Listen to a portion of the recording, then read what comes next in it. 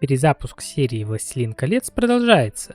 И теперь, спустя 12 лет, мы получили новую версию норы Бильбо Бэггинса.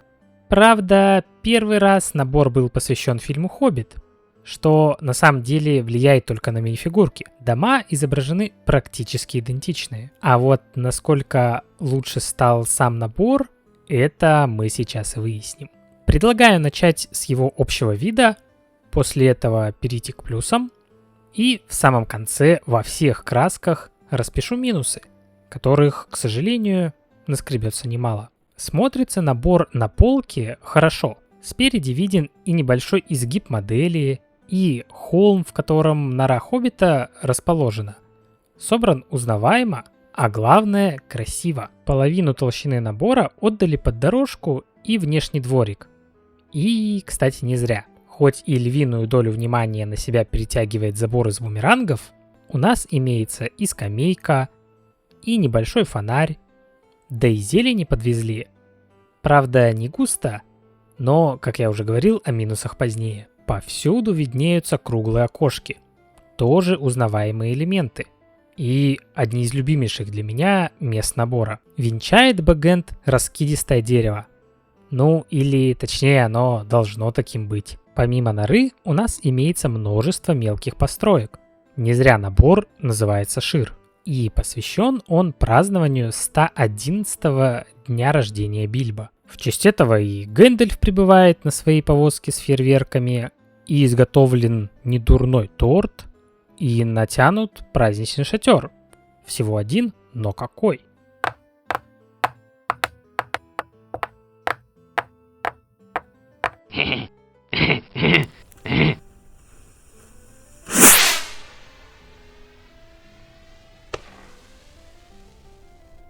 Мэри с Пиппином уже запустили фейерверк с драконом. И, конечно же, представлена сцена, на которой Бильбо произносил свою последнюю речь.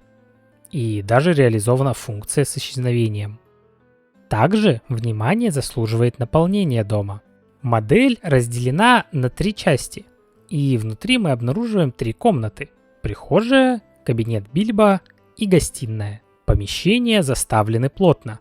Здесь и несколько расписных ковров, и добротно сделанная мебель, несколько каминов, портреты предков и, естественно, красная книга. Также имеется функция сжигания письма в камине. Да и в общем, эта часть выглядит гармонично, даже несмотря на обрезанную крышу. Так, кстати, гораздо удобнее увидеть все внутреннее убранство.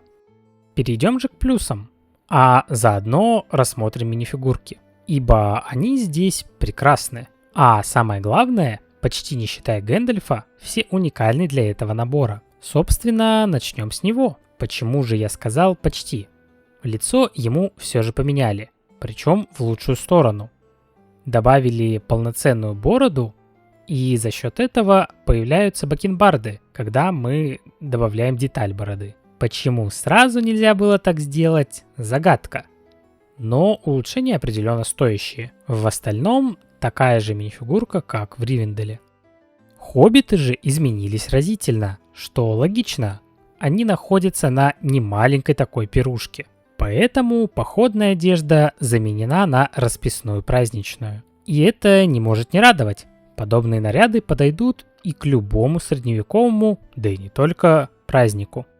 У Мэри и Пиппина наряды попроще, но тоже неплохи. Помимо новых нарядов, их наградили новым выражением лица и прическами. Если легкая сажа на лице им идет, то прически уж слишком мультяшные. Но за сам факт подгона спасибо. Сэм уже не настолько богатый, но тоже видно, что он приоделся. Помимо основных героев, нам положили и несколько второстепенных. У Рози шикарная прическа и прикольное платье в новом цвете. Лицо же, к сожалению, максимально дефолтное. И читу праудфутов. Или же... Праудфуты же вышли и лицом, и торсом. Все детали новые и очень похожи на прототипы из кино. Еще одним плюсом, несомненно, можно считать мою удачу. Мне попалось целых 2 дополнительных листа с наклейками. общий вид холма также можно отнести к плюсам. Особенно кривизну всей модели. Но на этом плюсы закончились. К сожалению, минусов здесь гораздо больше, чем ожидаешь от подобного набора. Первый, самый очевидный, конечно же, деревья и малое озеленение самого холма. Величественное раскидистое дерево на крыше выглядит чуть ли не как кустарник, а углы праздничного дерева будто изготавливали местные плотники. Настолько они получились прямыми. Холм, хоть и создан из зеленых деталей, по самому наполнению сверху практически пустой, хотя открытых пинов вполне хватает. Большое количество отдельных простых построек тоже можно считать за минус. Как будто они слишком примитивны для аж Icons набора.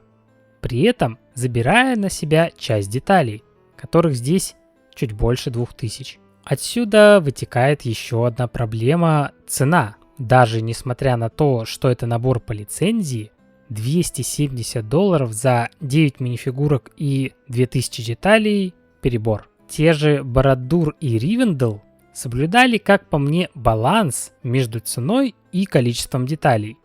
Здесь же с этим все грустно. Еще одним минусом стоит назвать то, что на этом в общем-то обсуждать нечего. Шир хоть и крупный набор, но подробно о его наполнении не рассказать. Вы и так увидели все, что в нем есть. По итогу набор вышел очень спорным. Его есть за что полюбить, но какие-то моменты полностью перечеркивают перечисленные плюсы. Еще на оценку влияет высокая планка, заданная предыдущими сетами. А если спад пойдет и дальше, нужна ли нам целая серия посредственных наборов, хоть и с хорошими минифигурками? Возможно, скоро мы об этом узнаем. А на этом спасибо за просмотр. Не забудьте о лайке и подписке, а также телеграм-канале. Кстати, теперь меня еще можно поддержать копеечкой. Ссылочка в описании. И про магазин LEGO Universe тоже не забывайте. Пока и удачи!